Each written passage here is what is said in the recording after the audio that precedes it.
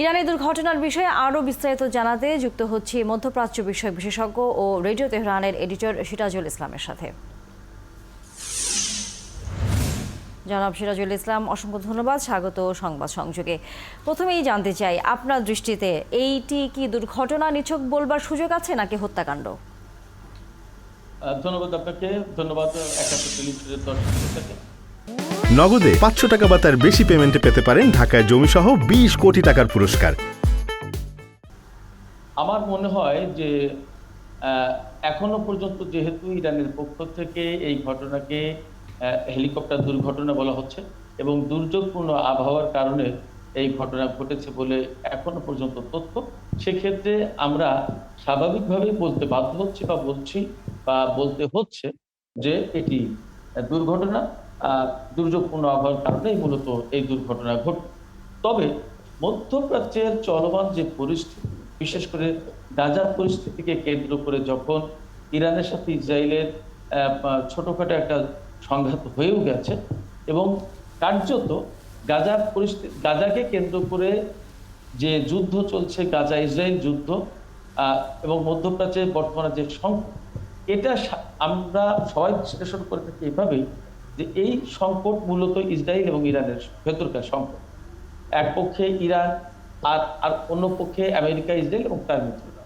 সেক্ষেত্রে এই যে চলমান পরিস্থিতি, এই পরিস্থিতির ভেতরে ইরানের প্রেসিডেন্ট এবং পররাষ্ট্রমন্ত্রী দুইজনই গাজার ব্যাপারে বা ফিলিস্তিনিদের ব্যাপারে অত্যন্ত সংবেদনশীল ছিলেন। সেই কারণে এই পরিস্থিতিতে অনেকেই এটা ভাবছেন বা ভাবতে বাধ্য হচ্ছেন যে হয়তোবা নিতান্তই দুর্ঘটনার কথা বলা হলো, এটি শুধুমাত্র দুর্ঘটনা না, এর পেছনে আরো কিছু কারসাজি থাকতে পারে, অন্য কোনো ঘটনা থাকতে পারে, কারোর হাত থাকতে পারে, এরকম করে ভাবা হচ্ছে। তবে সময়ের ব্যবধানে আমার বিশ্বাস যে ইরানের পক্ষ থেকে বিষয়টি পরিষ্কার করা। নিশ্চয়ই, এবং পুরো পৃথিবী আসলে এই বিষয়টির দিকে এখন তাকিয়ে আছে এবং সত্য ঘটনা জানবার জন্য আসলে সবারই এখন নজর থাকবে। সেই হিসেব করে এতটুকু তো আসলে নিশ্চিতই যে ইব্রাহিম রাইসি সহ 9 জন সেই দুর্ঘটনায় মারা গেছেন।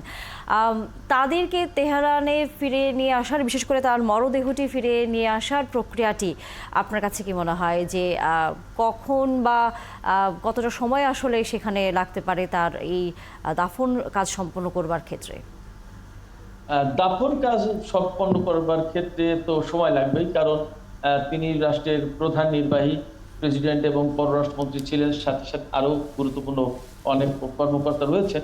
সেক্ষেত্রে আর যেহেতু দুর্ঘটনাটা ঘটেছে একেবারে অত্যন্ত পাহাড়ি দুর্গম এলাকায় এবং দুর্যোগপূর্ণ আবহাওয়া, সেখানে এত বেশি কুয়াশাচ্ছন্ন যে উদ্ধার কার্যক্রম মোটামুটি জায়গায় শনাক্ত করতে এবং জায়গায় পৌঁছাতে প্রায় লেগে গেল 15 ঘন্টা।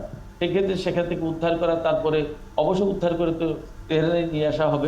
এখানে একটি বিষয় আপনার কাছে আমার জানবার আছে, সেটা হচ্ছে বলা হচ্ছে যে হেলিকপ্টারটি পুরো পুড়ে গেছে।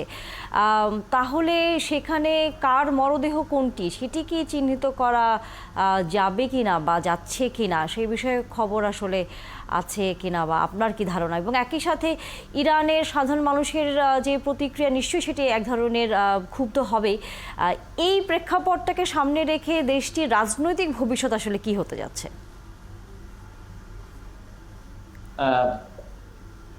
যে মরদেহ আমরা নিয়ে কথা বলছি, অর্থাৎ প্রেসিডেন্ট এবং পররাষ্ট্রমন্ত্রী সহ অন্যান্য যারা, তাদের মরদেহ আসলে কি পরিমাণে পুড়েছে, কতটা কি, এটা পরিষ্কার এখনই হবে না বা এখনই জানা যাচ্ছে না। তবে যেহেতু আধুনিক ব্যবস্থায় লাশ শনাক্ত করার নানা রকমের ব্যবস্থা রয়েছে, সে কারণে হয়তো লাশ চিহ্নিত করা যাবে, শনাক্ত করা যাবে এবং কি পরিমাণে পুড়ে গেছে সেটা পরিষ্কার হওয়ার পরে এগুলো জানা যাবে। আর আপনি পরবর্তীতে যে প্রশ্ন করলেন সেটি হচ্ছে যে ইরানের যে রাজনৈতিক কি প্রভাব পড়তে পারে ইরানের ভেতরে। আমি মনে করি যে শুধু ইরানের প্রেসিডেন্টের মৃত্যুর সাথে সাথে ইরানের রাজনৈতিক পরিস্থিতি ব্যাখ্যা করার আসলে সুযোগ নেই, এর সাথে সাথে আন্তর্জাতিক এবং মধ্যপ্রাচ্যের পরিস্থিতিও ব্যাখ্যা করা প্রয়োজন। আপনারা যদি সময় দেন তাহলে আমি একটু সংক্ষেপেই বলি যে ইরানের রাজনৈতিক পরিস্থিতিতে কোনো বড় ধরনের কোনো পরিবর্তন হবে না, এই কারণে যে অলরেডি আজকেই একটু আগেই আমি খবর পেলাম যে ইরানের মন্ত্রী পরিষদ বৈঠকে বসেছে, জরুরি বৈঠকে বসেছে ফার্স্ট ভাইস প্রেসিডেন্ট মোহাম্মদ মুখবরের নেতৃত্বে এই বৈঠক হচ্ছে এবং সেখান থেকে ঘোষণা করা হয়েছে যে প্রেসিডেন্ট রাইসি যে পথ অনুসরণ করতেন সেই পথে তারা অবিচল থাকবে, অর্থাৎ এই মন্ত্রিসভা তার পথ অনুসরণ করবে। অর্থাৎ এবং রাজনৈতিক এবং আন্তর্জাতিক রাজনীতির ক্ষেত্রে খুব একটা পরিবর্তন ইরানের হবে না এই ঘটনার পরেও, সেটি আপনি বলছিলেন, যেহেতু নতুন মন্ত্রী পরিষদ তারা বৈঠকে বসেছে এবং যতটুকু বিভিন্ন গণমাধ্যম গতকালও বলেছে যে ভাইস প্রেসিডেন্ট যিনি আছেন তিনি খুব সম্ভবত এখন প্রেসিডেন্ট দায়িত্ব পালন করবেন।